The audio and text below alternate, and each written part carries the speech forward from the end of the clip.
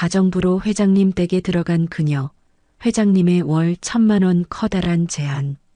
그날 밤 충격적인 일이 벌어졌다. 청소를 하다가 회장님의 서재를 쭉 둘러보게 되었습니다. 그러다가 회장님이 앉는 테이블 위에 액자를 발견했어요. 저는 그 액자를 유심히 바라봤습니다. 그런데 회장님의 옆에 있던 남자를 보고 저는 소스라치게 놀랐습니다. 이 사람은 회장님과 무슨 관계였을까요? 세상은 참 좁다더니 이런 경우도 다 있네요.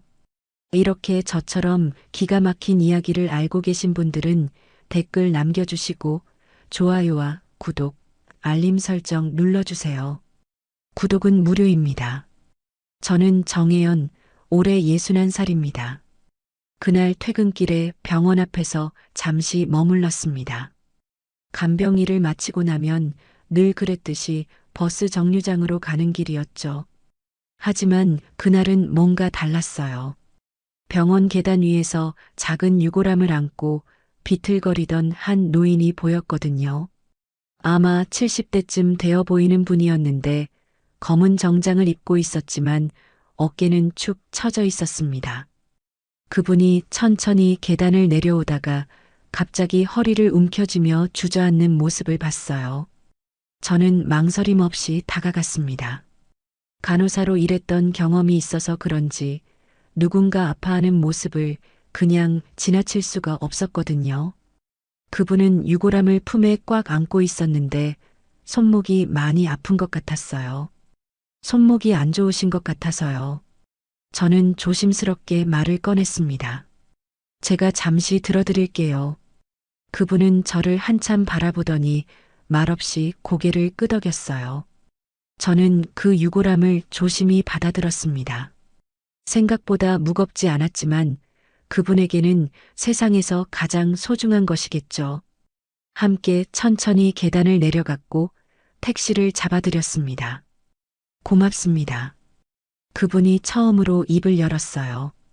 목소리가 많이 쉬어 있었습니다. 정말 고맙습니다. 저는 그분이 택시에 오를 때까지 지켜봤어요. 유골함을 다시 품에 안고 차에 오르는 그분의 뒷모습이 너무 쓸쓸해 보였거든요. 아마 부인을 떠나보내고 오는 길이었을 거예요. 그날 밤 집에 돌아와서도 그분 생각이 계속 났습니다. 저 역시 남편을 먼저 떠나보냈기 때문에 그분의 마음이 어떨지 조금은 알 것 같았어요. 혼자 남겨진 사람의 마음은 참 복잡하거든요.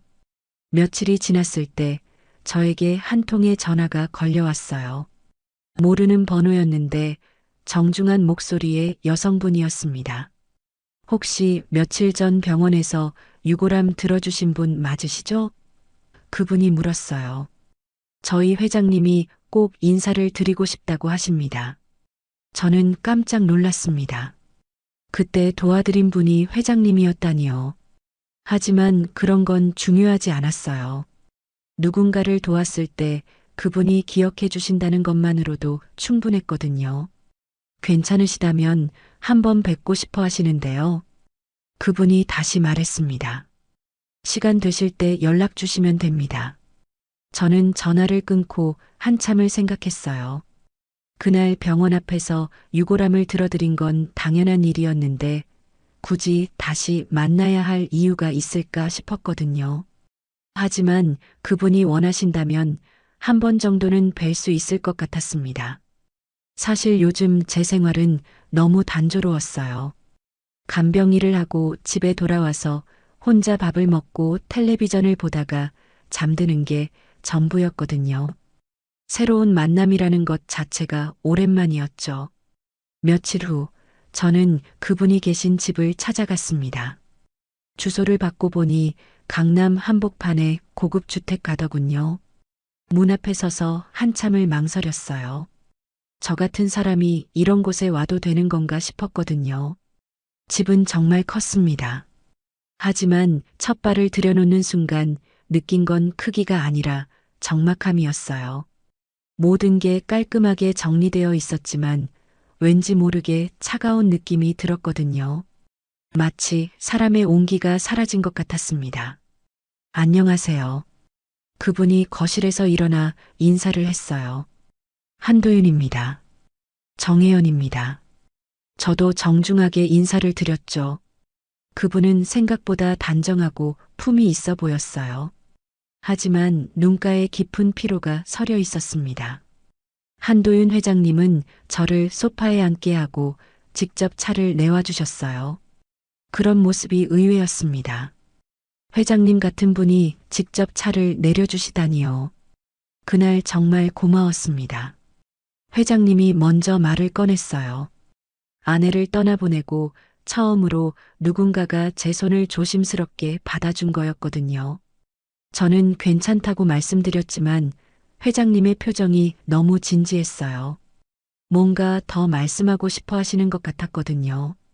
사실 제안이 하나 있습니다. 회장님이 조심스럽게 말했습니다. 밤마다 건강 상태만 체크해 주시면 됩니다. 혈압 재고, 맥박 확인하고 그 정도면 충분해요. 저는 고개를 끄덕였어요. 간호사 출신이니까 그런 일은 어렵지 않았거든요. 하지만 다음 말을 듣고는 깜짝 놀랐습니다. 대신 월 1,000만 원을 드리겠습니다. 저는 잠시 말을 잃었어요. 월 1,000만 원이라니요. 제가 간병 일을 해서 한 달에 버는 돈의 몇 배나 되는 금액이었거든요. 그게 대체 무슨 뜻이죠? 저는 당황해서 물었습니다. 너무 큰 돈이에요. 저에게는 적은 돈입니다. 회장님이 담담하게 답했어요. 하지만 정혜연 씨에게는 의미가 있을 거예요. 저는 머릿속이 복잡해졌습니다. 그런 큰 돈을 받을 만한 일인가 싶었거든요. 단순히 건강 체크를 하는 것뿐인데 말이죠. 그때 우연히 식탁 위에 놓인 작은 유골함이 눈에 들어왔어요. 그날 병원에서 제가 들어드렸던 바로 그 유골함이었습니다. 회장님이 매일 식탁에 놓고 식사를 하시는 것 같았어요. 화장실을 다녀오는 길에 책상 위에 놓인 노트 한 권을 보게 됐습니다. 열어볼 생각은 없었는데 펼쳐진 페이지에 적힌 글자가 눈에 들어왔어요. 아내가 떠나고 처음이다. 누군가 내 손을 조심스럽게 받아준 건 저는 가슴이 뭉클했습니다. 회장님에게 그날 일이 그렇게 큰 의미였다니요. 저는 그냥 당연한 일을 했을 뿐인데 말이에요. 거실로 돌아오니 회장님이 창밖을 바라보고 계셨어요. 뒷모습이 너무 외로워 보였습니다. 생각해 보시고 연락 주세요. 회장님이 말했어요. 급하지 않으니까 천천히 결정하셔도 됩니다. 집을 나오면서 저는 계속 생각했어요. 월 1,000만 원이라는 돈도 놀라웠지만 회장님의 그 쓸쓸한 표정이 자꾸 떠올랐거든요. 결국 저는 회장님의 제안을 받아들였습니다. 월 1,000만 원이라는 금액도 중요했지만 무엇보다 회장님의 그 외로운 표정을 잊을 수가 없었거든요. 첫 며칠 밤은 조용했어요. 저녁 9시쯤 회장님 댁에 가서 혈압과 맥박을 재고 혹시 몸에 이상은 없는지 확인하는 게 전부였습니다. 회장님은 항상 정중하게 인사를 하셨고 저 역시 필요한 말만 하고 돌아왔어요. 하지만 며칠이 지나면서 회장님의 일상이 조금씩 보이기 시작했습니다. 매일 같은 시간에 식탁에 앉아 혼자 식사를 하시고 유골함을 바라보며 무언가 중얼거리시는 모습이었어요. 가끔 제가 건강 체크를 할 때도 멍하니 창밖을 바라보고 계시곤 했거든요. 일주일째 되던 그날 밤 평소와 다른 점을 느꼈습니다. 집안이 유난히 조용했어요. 보통은 거실에서 텔레비전 소리라도 들렸는데 그날은 아무 소리도 나지 않았거든요. 현관문을 열고 들어가니 거실에 불이 켜져 있었지만 회장님이 보이지 않았어요. 침실 쪽으로 가면서 이름을 불러봤습니다. 회장님, 정혜연입니다. 대답이 없었어요. 조금 이상했지만 혹시 잠들어 계신가 싶어 침실 문을 살짝 열어봤습니다. 그런데 침대는 비어 있었거든요. 바로 그때 방 안에서 미세한 신음소리가 들렸어요.